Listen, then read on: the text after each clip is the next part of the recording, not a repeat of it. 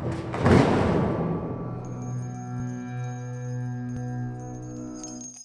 pessoal, aqui é a Maíra. Oi, Catamires. E hoje a gente vai fazer o perfil da Nina. Bom, como vocês sabem, eu e a Tami, a gente tá fazendo o perfil dos personagens de Sombra e Ossos e Six of Crows. Já teve do Kais, já teve do Jasper, agora tá tendo lá no canal da Tamires o da Inês. E aqui então a gente vai falar sobre a Nina. Como vocês sabem, a Nina é uma das minhas personagens favoritas. E a gente vai falar tanto aqui da história dela nos livros e como foi adaptado para a série, algumas diferenças, mas a gente vai evitar dar spoiler, caso tenha alguma coisa a gente avisa aqui. Então a Nina ela foi criada nos primeiros anos dela no orfanato de Ravnica e logo que surgiram os poderes dela como sangradora, ela foi levada para ser criada no Pequeno Palácio. Quando ela era pré-adolescente e estava no Pequeno Palácio, rolou um conflito que fez com que ela precisasse sair de lá. Tá? E aí é só alguns anos depois que ela acaba se juntando ao segundo exército, depois, né, que se baixa a poeira dessa situação e que acaba esse conflito em que ela teve que parar, né, o treinamento dela. Uma das grandes habilidades da Nina é a versatilidade dela, né, e a habilidade dela com as línguas. Então, o que faz dela uma ótima espiã, ela se infiltra nos lugares, ela fala muito bem, ela fala sem sotaque nenhum, e aí as pessoas acham que ela é local, na maioria das vezes. Então ela fala muito bem Fierdano, Ravicano, acho que é Ravicano, né? Não sei como é que tá na série, eles mudaram um pouco a coisa das línguas, né? Mas ela é de Ravnica, né? Então é a língua materna dela. Ela fala muito bem Sully, Kersh, Kaelish, Shu. E ela entende um pouquinho de Zemene. E para ela ter sido treinada por uma artesã, ela também acaba pegando ali algumas dicas, algumas técnicas e ela consegue fazer alguns pequenos ajustes ali na aparência, né, no rosto, o que acaba ajudando ela também nesse papel dela de espiã e de estar tendo que encarar ali várias personas diferentes. Sim, missões infiltradas, né? Eu não sei se... Eu acho que eles não trouxeram isso na série ainda, né? Não sei se eles vão acabar trabalhando isso de alguma forma, mas na série a gente não viu nada a esse respeito ainda. Na série a gente vê ela sendo capturada por soldados Druskeli, né? Que são Fiordanos, que parecem já estar à procura dela, né? Eles já vão lá atrás dela. No livro isso é bem diferente. E isso é influenciado principalmente porque a gente tem timelines no livro que não são a que eles colocaram na série, né? Então, assim, quando o plot de Sombra e Ossos está acontecendo, a Nina tem só 14 anos. Então, ela é uma criança que está lá aprendendo, uma pré-adolescente, né? Lá no Pequeno Palácio, aprendendo sobre seus poderes, sendo treinada. Quando eles juntaram essas duas timelines, acabou ficando um pouco misturado, né? Porque, por exemplo, em Six of Crows, quando começa Six of Crows, a Nina tem 17 anos. E o que tira ela do Pequeno Palácio, né, quando ela tem 14 anos, é esse conflito aí que a gente falou, que na verdade ele acontece em Sombra e Ossos. Então, acabou numa misturada aí nas motivações e na forma como as coisas vão acontecer. Daí a gente começa a ter algumas diferenças aqui no caminho da personagem também, tá? No livro, quando ela é capturada nessa situação, ela na verdade está numa missão para uma Grisha que é a chefe dela, que a gente não vai mencionar aqui para não ser spoiler, já que tem esse gap de linha temporal, como a Mai explicou, mas é uma personagem que a gente já conhece aí, tá? Ela tá nessa missão e ela acaba entrando sem querer numa vila Figerdana e aí ela é capturada. E no plot da série a gente vê que ela na verdade está trabalhando com o condutor, que é uma pessoa que faz esse contrabando, né, de Grishas do Pequeno Palácio, né, para atravessar ali a dobra, e a série dá a entender que foi o próprio Darkling que enviou ela nessa missão para ela descobrir quem era esse cara e quem é que tava fazendo, né, essa retirada dos Grishas, quem é que tava usurpando ali os Grishas debaixo do nariz dele. Em ambas as histórias ela acaba presa no navio, né, que é onde ela vai ter mais contato com o Matias, mas a forma como ela escapa é diferente. O Matias no livro oferece uma caneca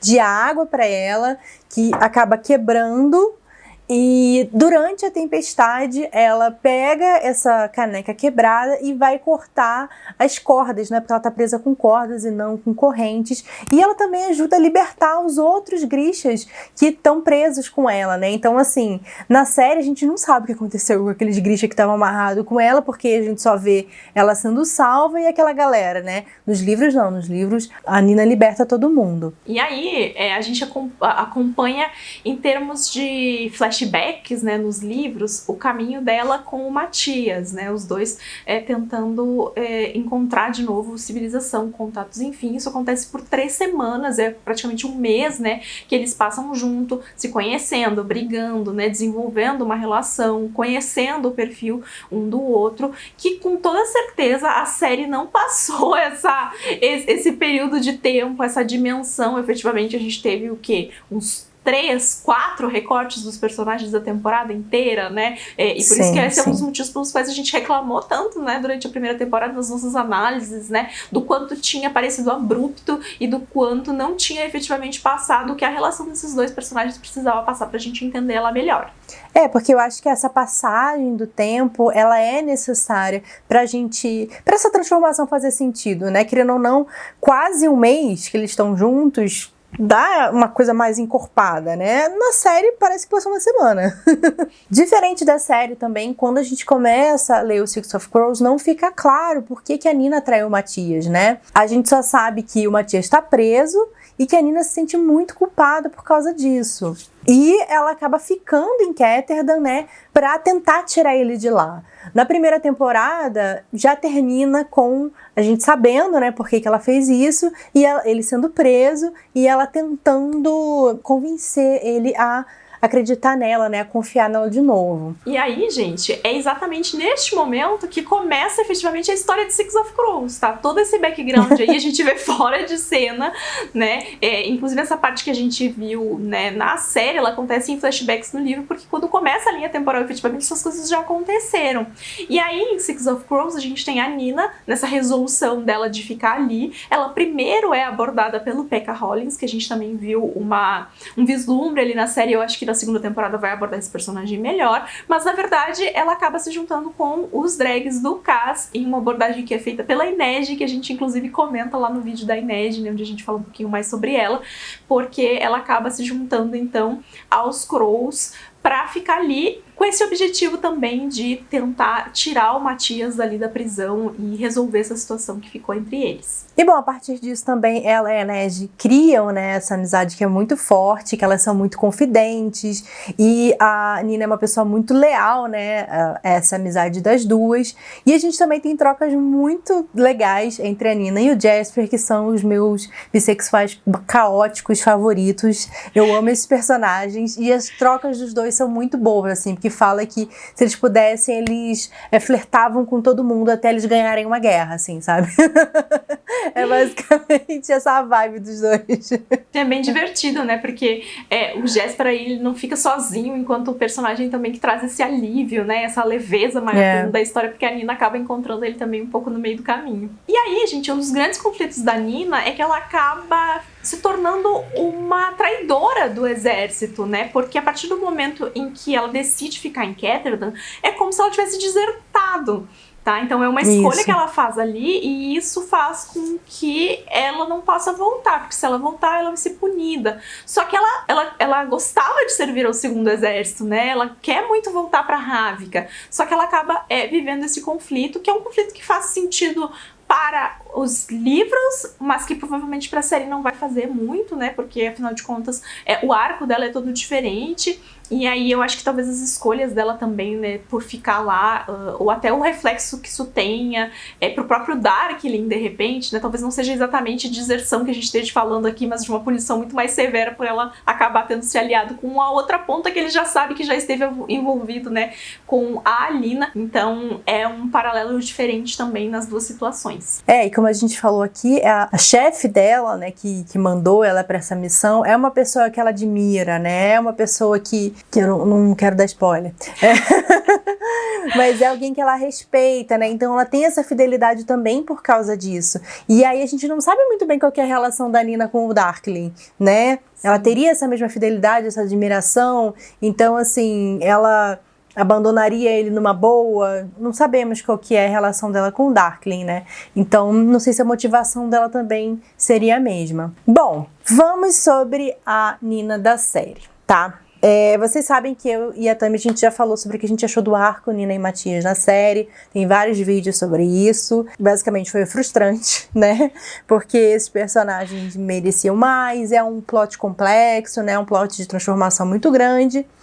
Mas tudo bem, tirando tudo isso, legal, esses atores. Eu não me incomodei tanto com o ator que faz o nosso Matias. A Tami, ele não gostou muito, achou mais ou menos. Mas vamos ao casting da Nina, né? A Nina é descrita como uma pessoa voluptuosa, de cabelo castanho e olhos verdes. Voluptuosa, gente, pode ser qualquer coisa, tá? Não é uma coisa muito clara. Porém, Leigh Bardugo já tinha deixado claro nas redes sociais dela que a Nina é gorda, tá? Essa palavra não é usada nos livros, porém a Leigh Bardugo falou que sim, a Nina era gorda. Então, apesar de que algumas fanarts você vê uma Nina, sei lá, não necessariamente gorda, a maioria, se você for ver, ela é uma personagem gorda. E isso, quando a gente viu pela primeira vez o cast, a gente até apontou assim, tipo, nossa, será que ela é meio magrinha pra fazer a Nina, né? E a gente assistiu a série, ela com aquele bando de roupa e não sei o que lá. E a gente ficou, ok, tá, né? Que gorda tem vários tamanhos que poderia ser. Mas aí, prestando atenção, e aí vendo um pouco também da discussão na internet, eu fui olhar um pouco mais realmente o perfil da atriz, né? E eu acho que acabou não me enganada, né? E enquanto ela fazia série, teve fotos dela, ela não é gorda. O máximo que ela tem é um peitão, um bundão, e isso eu tenho um peitão, um bundão, sabe? Eu não sou gorda, eu sou uma pessoa que veste M e veste G, então assim, eu ainda não sou uma pessoa considerada gorda. E eu acho que, assim, acaba sendo uma frustração, né? Porque é uma oportunidade muito grande você ter uma personagem tão amada como a Nina numa série que tá tendo tanto investimento e é uma personagem poderosa, é uma personagem que tem um arco narrativo de romance e ela não ser gorda, sabe? Se ela fosse gorda, teria sido tão importante, né? Sim. Então, eu passei a entender mais depois que eu fui parar realmente para observar a frustração de muitas pessoas da Nina não ser realmente feita por uma atriz gorda, sabe? Eles tinham falado que não, com certeza vai ser pipipopó e, gente, encheram ela de roupa ali, umas roupa larga, não sei o que lá, mas quando você vai prestar atenção, infelizmente não é, e isso é bem triste, assim, porque é uma oportunidade perdida, assim, a meu ver. E assim, a situação de Sombriossos, ela não é uma situação isolada, tá, gente? A gente tem outras séries dentro da própria Netflix, onde personagens gordas são tratadas de outras formas. A gente tem, por exemplo, os Bridgertons, né, onde a gente tem uma personagem que ela tem um corpo mais robusto e aí ela digamos assim, ela é até enfeiada um pouco dentro da série para servir um certo estereótipo. Na própria série Winx também colocaram uma personagem, também trabalharam ela com estereótipo. Então essa ainda parece ser uma barreira que não se conseguiu ultrapassar ainda, né? Lembrando que o conceito, gente, de magro, gordo, vai depender um pouco da sua visão, mas existe uma terminologia que eu não vou conseguir lembrar agora, que Maíra pode me ajudar aqui ou não, mas que é do meio, né, do perfil de corpo entre a magra, super magra, que veste PP, e entre a pessoa que se define gorda, mais puxado pro lado plus size, assim, né, acima do G nas medidas ali. Então tem esse intermediário, e a Nina, a personagem, né, e a atriz, ela ficou mais pendente nesse meio, mas mais puxado para o lado magra do que para o lado de definição de gorda. Então é aí que fica aquela coisa, porque acaba ficando em cima do muro do que realmente é essa personagem, quando podia ter explorado algo aqui para trazer essa representatividade de forma mais clara, né? Porque como a gente falou, a atriz, ela tá vestida de roupa, a gente vê ela, né, na hora em que eles estão ali seminus e tal, aquela coisa, aquela tem um braço grosso, aquela coisa, mas não é a mesma coisa, né? A gente sabe que não é a mesma coisa, e aí quando você fica em cima do muro, fica aquela coisa de que você pode questionar tanto de um lado para outro, e aí abre toda essa questão de debate da representação efetiva dessa personagem aqui dentro da história. Sim. Não, e seria muito interessante porque, assim, ela é uma menina gorda que ela é super confiante, ela é super sensual, todo mundo se sente atraído por ela e ela flerta e nananã, sabe? Que oportunidade perdida, sabe? De você ter uma personagem gorda que é assim. Sim. Até porque, às vezes a gente entra nessas questões, né? E aí a pessoa que tá ouvindo a gente falar, talvez ache que a gente queira que traga a representatividade para debater o termo, as questões de gordofobia. Só que não é isso. A Nina não tem nenhum problema com o corpo dela. Essa questão não é uma questão trabalhada dentro do livro. É efetivamente você ser condizente com a personagem e aproveitar uma oportunidade de retratar ali muitas pessoas que não são, que não costumam ser bem retratadas, né? Que não conseguem se enxergar em personagens, porque normalmente esse estereótipo ele vem trabalhado de uma forma negativa. Sim, e mudar o imaginário das pessoas de sim, a menina gorda ela pode ser super atraente, vai ter um cara gato que vai estar apaixonado por ela, sabe? Parece que pra eles é impossível isso, sabe? Isso é triste. Enfim. Continuando, né? Como estava falando de Nina, ela é uma pessoa que tem essa personalidade super energética, ela adora flertar, ela adora ficar cutucando, ela adora implicar, sabe, pentelhar, ela adora e ela se diverte pentelhando o Matias, porque ela sabe que ele vai ficar puto, ela dá risada, sabe? Tipo, falar um palavrão, ele fica, meu Deus, mulher, você tá falando palavrão? Aí ela vai, tipo, fica toda sexy, ele fala, meu Deus, mulher. E ela se joga em cima dele, ela fica, e aí? Isso não vai fazer nada não? E ele fica, socorro, mulher. É muito bom. Então ela é muito cativante, né? Acho que ela tem essa personalidade maravilhosa, assim, que me apaixonou muito quando eu tava lendo. Ela é muito fã de waffles e doces em geral. Isso foi outra coisa que eu me identifiquei muito, porque se ela puder, ela tá sempre comendo waffle, e eu acho que eu seria essa pessoa também. E é isso, assim, eu acho que ela é uma personagem muito apaixonante, né? Sim, ela é muito carismática, né? E isso é um fator que traz essa energia, né, dela, que é o mesmo fator do Jesper também. E na questão de figurino, gente, a gente ficou faltando, né, de ver ela com um Kefta na série, porque ela é uma sangradora. E na série também o figurino dela é completamente qualquer coisa, né? Porque ela tem que... O que faz sentido, porque ela tem que estar, de certa forma, infiltrada, mas ao mesmo tempo a gente não vê ela na sua glória, digamos assim, de Grisha ali, então fica uma coisa meio qualquer coisa, porque o figurino pode ser qualquer um, já que ela pode ser qualquer pessoa. Exatamente, então, ela tá ali se disfarçando, né?